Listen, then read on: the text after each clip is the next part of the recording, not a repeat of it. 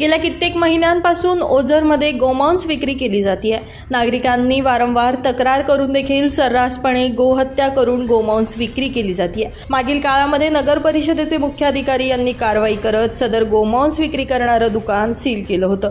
मात्र तरी देखील चोरून लपून कत्तलखाना सुरूच असल्याचा प्रकार समोर आलाय। याबाबत ओझर पोलिसांना गुप्त माहितीद्वारे गोहत्या करून मांस विक्री केली जात असल्याची माहिती मिळाली। त्यावेळी पोलिसांनी छापा टाकला असता त्या ठिकाणी गोमातेची कातडी आढळून आली। या संदर्भात इजाज कुरेशी या व्यक्तीविरोधात गुन्हा दाखल करण्यात आलाय। याबाबत पोलिसांनी दिलेल्या माहितीनुसार ओझर येथील इजाज इसाक कुरेशी वय 34 राहणार चांदणी चौक यानं अकबरी मशिदीजवळ मदरसा फातमाच्या मागील बाजूला पत्र्याच्या शेडमध्ये जनावरांचा कत्तलखाना सुरू केला। त्यात जनावरांची कत्तल करून त्यांची विक्री करत असल्याची माहिती पोलिसांना कळली। यानुसार पोलिसांनी त्या ठिकाणी छापा टाकला। त्यात पोलिसांना त्या ठिकाणी तांबूस आणि काळ्या रंगाचे गोवंश जनावरांची कातडी शेपटीसह आढळून आली।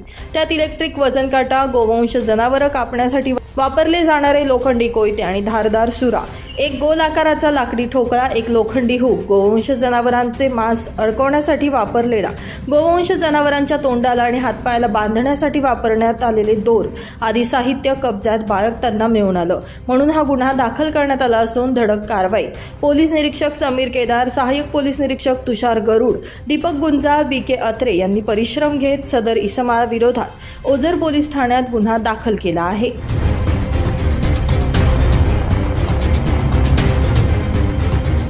ब्युरो रिपोर्ट, नाशिक माझा न्यूज, नाशिक।